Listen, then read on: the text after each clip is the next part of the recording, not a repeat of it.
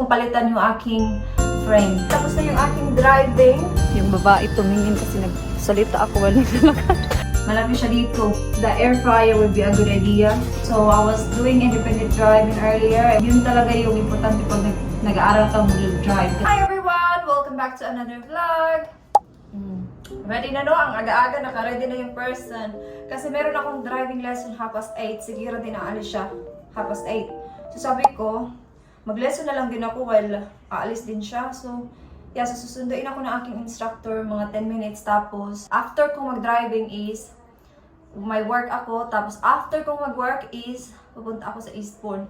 Kasi, gusto kong palitan yung aking frame. So, yun yung gagawin natin mamaya. So, anyway, hindi ko na habaan yung aking intro kasi nandito na maya-maya yung aking instructor. So, I'll see you na lang later, guys. Bye-bye! Ako'y nagbabalik, tapos na yung aking driving. So far, it's not too bad. Maulan, buti na lang umulan ang malakas, pauwi na kami. So mag-11 na, kakain muna ako kasi pagpasok ako sa work, hugas lang ako ng aking mga kamay. Tapos after ko mag-work, uwi muna ako. Tapos punta na sa Eastbourne. Because I was thinking, after work, punta na ako sa Eastbourne straight away, pero uwi lang muna ako kasi sabi ni mother-in-law, baka i-drop niya daw ako sa Eastbourne. Yun yung sabi niya kanina. Siya, so kakain muna ako. Nagutom na din ako. Yung kakainin ko is itong fried chicken from last night. Tapos may rice kasi ako. Yun yung aking early lunch. So yeah, yun lang naman. Kunin ko na yung aking salamin para hindi ko makalimutan mamaya. Iwan ko, okay naman siya, pero I feel like hindi talaga ako comfortable sa dito ba sa side. Parang nalalakihan ako kaya papalitan ko. Tumawag si Dave kahapon, sabi nila na okay naman daw palitan. Kasi meron pa namang 100 days to, if you change your mind ba, kung ayaw mo gusto mong palitan, or kung may problema sa lens mo, mga ganun. So, na-problem. Ay, nagutom na ako eh. Anyway guys, I will see you na lang later sa work. Bye-bye! On the way na ako sa work. Nagdala ako ng kape. Bumili kasi ako ng kape kahapon sa Morrison. Ito ba? Hindi busy today for sure kasi pangit yung panahon. Yung babae tumingin kasi nagsalita ako wala nalakad. Yan yung police station oh. Yes, please.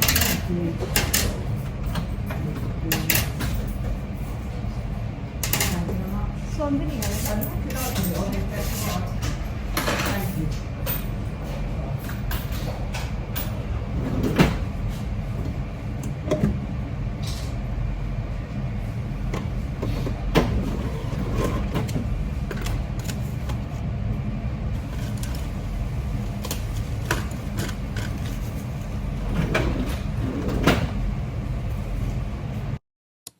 So, babalik tayo dyan sa Vision Express. Ay, nako. Busy.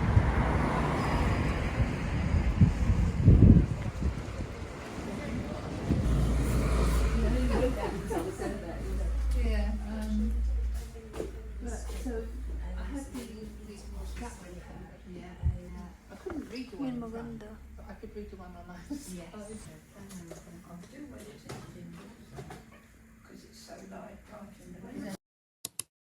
So ako'y nagbabalik pero hindi ako nakapag-vlog kanina kasi nalubat ang aking cellphone. Ngayon naka-charge na. Kasi after namin pumunta ni mother-in-law sa Eastbourne, pumunta ako sa bahay nila. Kasi nandun si Kira, sinundo ng lolo niya sa school. Tapos, sabi niya, gusto mo bang pumunta sa bahay muna? So kakauwi ko lang, 5:00 na. Kaya nakapag-charge na ako. So anyway, napalitan ko na yung aking salamin na ganitong size na talaga. So kinumpare ko yung napili ko 2 weeks ago and yung napili ko kanina, malaki talaga yung una. Malaki siya dito. Kaya every time na sinusuot ko siya, nakikita ko yung gilid.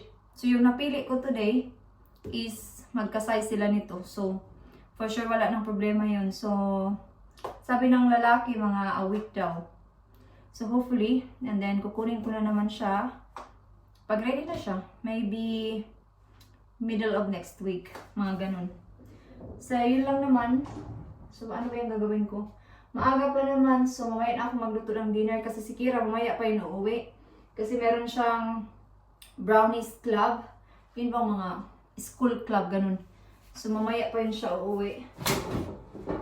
So, yung prepare ako ng i-dinner namin. So, binigyan ako ni mother-in-law nito, oh. Macaroni, cauliflower cheese. So, yung naisip kong dinner is mash and sausage. Kasi magka-match sila nito. So, yun lang. Then, mag-isip ako kung ano yung kakainin ko. So, yes, yun lang. So, pumunta kami ni mother-in-law sa Boots. Binilhan ko yung aking sister-in-law nito. Mabango siya. Para sa Pasko. So, 3 for 2 na siya. So, yung cheapest is free. So, yung dalawa lang yung babayaran mo dito. Kasi mahilig siya sa mga ganito, mga scrub. So, pang Pasko na yan. Tapos, bibilhan namin siya ng air fryer ni Dave. Para galing sa amin dalawa ni Dave for Pasko. So, naghanap ako ng ganito ba na ninja. Pero walang ninja na single. So, meron akong nakita ibang brand. Pero sinend ko sa aking sister-in-law to make sure ba na okay lang sa kanya at happy siya. Sabi niya okay daw yung air fryer. Kasi minsan, natatapos siyang mag-work gabi na. Kasi busy yung aking sister-in-law. So, I think the air fryer would be a good idea. Kaya, yun. So, sinend ko sa kanya to make sure ba na happy siya sa bibilhin namin just in case hindi niya kailangan. Pero napansin ko kasi every time na pumupunta siya dito sa amin ba, sabi niya gusto daw niya bumili ng air fryer pero malaki. Sabi niya kung bibili daw siya ng air fryer, yung isa lang. So, yun yung naisip ko na yun na lang yung regalo namin sa Pasko. So, yeah. So, magluto na ako ng dinner. So, nakauna yung cauliflower cheese. Tapos, i-on ko na yung sausage dito. Ano pa ba yung kailangan kong lutuin? I think yan lang naman ay yung mash. Si Dave, gumawa siya ng overnight oats niya. Katatapos niya lang. Tapos siya na yung maghugas mamaya.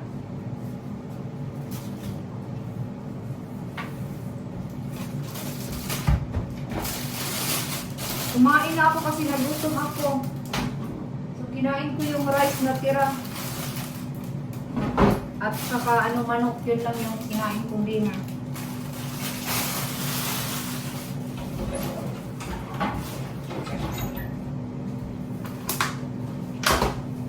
Hey now, this is what dreams are made of. Hey now. Alam niyo ba dati, mahilig akong kumanta. Pero ngayon pa, pag wala ng practice, parang nawala na yung ating talent, char. Oh, no joke, mahilig talaga akong kumanta dati. Pero nung nakatira na ako sa UK, wala ng karaoke, wala ng videoke dito. Kasi di ba parang ayaw nila yung maiingay ba, yung loud masyado yung mga music. Kaya wala na, hindi na ako nag-practice magkanta-kanta. Iba sa Pilipinas, di ba na part yun ng ating culture na malalakas talaga yung music, videoke, ganun. So wala na. Hindi ko na rin alam yung mga bagong music ngayon. Kaya lang, share ko lang. So yeah, I think yun lang naman. Si Dave, nanood ng aming vlog ni Kira ba, yung nagkabit ng Christmas tree. Sabi ko, i-like mo naman yung aming vlog.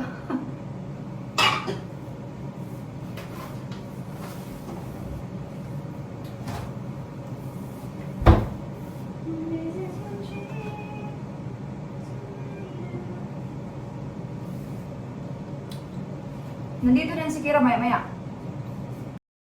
So anyway, so yung driving ko kanina, okay naman, it's not too bad. I was enjoying myself. Nagtawanan nga lang kami ng aking instructor kanina. So pinapull up niya ako sa first left after sa first roundabout. Tapos nag-sat-nav kami. So naka-independent driving ako ng mga 20 minutes. Nag-study na ako ng aking theory. So I have idea na sa mga signs and stuff like that. Pero yung ayaw ko talaga is the roundabouts. Kasi mahirap talaga siya as a learner, mahirap siya, you need to, syempre mag-count ka kung saan exit ka, i-exit, tapos, basta, hindi mo alam kung saan mo i-position yung car mo, is either sa left or sa right, pero ako as a learner, yun talaga yung parang hindi ako comfortable 100%, so, So yeah, but hindi ako natatakot. It's just that you need to take a lot of practice talaga sa roundabouts. Kasi hindi mo alam kung saan ka is either left or right. And then the exits, kung saan ang exit ka, madali lang yung first, madali lang yung second.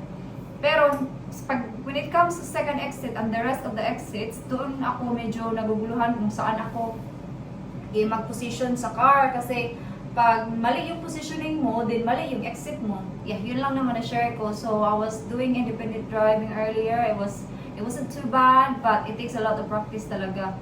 And so, kanina, sabi ng sat-nav, after 100 yards, turn left. So, grabe, speed up talaga ako. Yun pala, yung first left, dito lang pala sa as in, malapit ng taga, 2 minutes away lang. So, you need to look ba sa sat-nav and then you need to listen. Yun talaga yung importante pag nag-aaral ka mag-drive. Kasi you need to listen, you need to look around. Yun yung you need to remember all the time.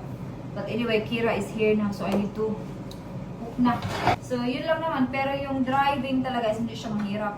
Yung mahirap lang is kung paano siya mapasa and practice. Yun nga lang, mahal siya.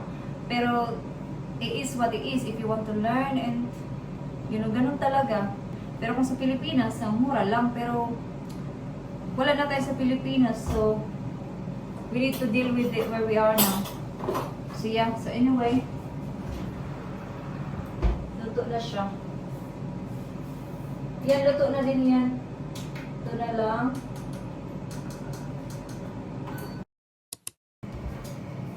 So how's brownies? Good?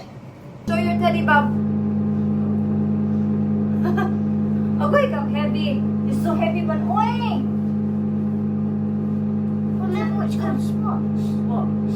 Spots. Yeah, spots. Spot. Ay, kababugat. You're not supposed to smile about it. Dinner, Twix, and shower. Yeah. Anyway, you go now because the dinner is ready. I'll charge your tablet for you as well.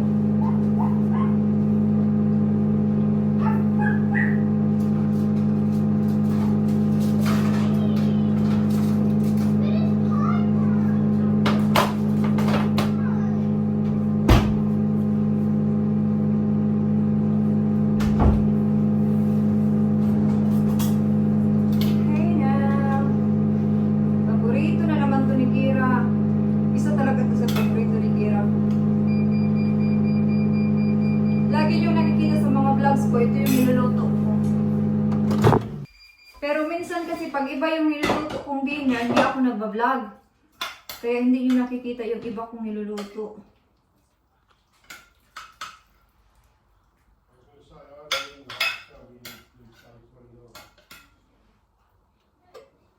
Binigay to ni mother-in-law kasi alam niyang paborito to ni Kira ang cauliflower.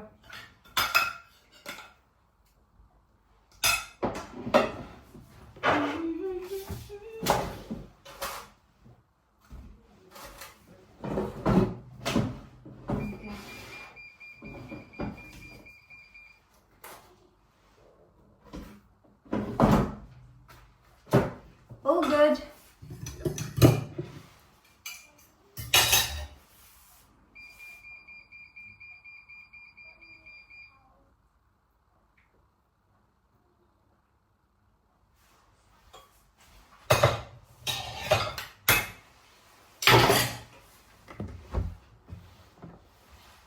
Dave, dinner's ready.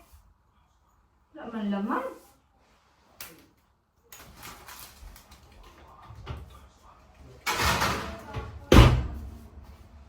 Maghugas na lang ako kasi wala naman akong ginawa. Tapos na. Ako na lang maghugas para wala nang hugasan si Dave. Kasi tapos naman na ako kumain. So ako na lang.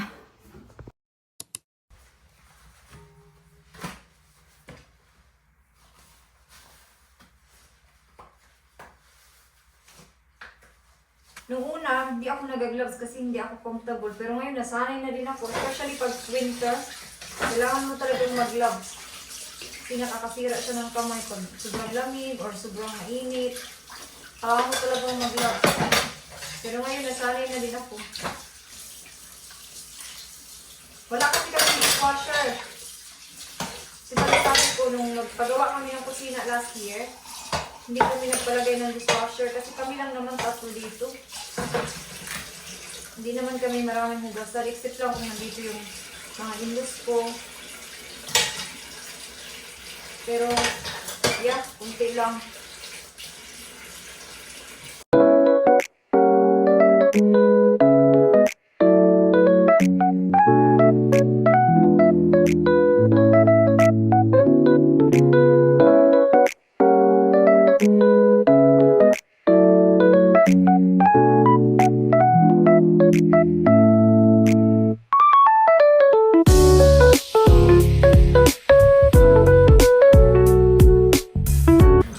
Well done, Mira! In about 10 minutes,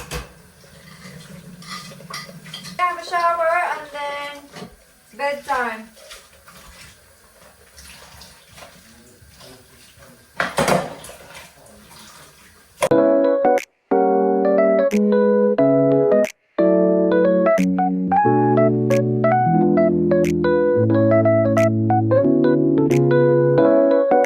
All done! She drank all her water as well. Does she need more? Well, we might be in a minute, yeah. So, ibabad ko lang yung sink sa Flora. Mainit na tubig. Hayaan ko lang yan kasi mabango ko. Gamitin ko ito mamaya pang punas-punas sa sahig. Mabango kasi itong Flora. I-try nyo yung Flora.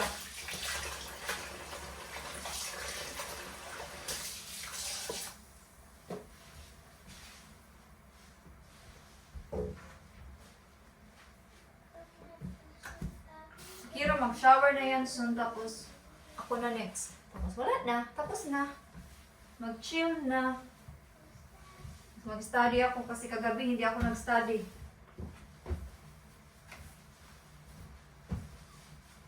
Okay. All done. Tanggal na ako ng aking makeup. O, ito na yung aking wet wipes. Si Kira na sa shower na. So, yes, so end ko na dito yung vlog. So, yeah. So, thank you so much guys for watching. Bye-bye!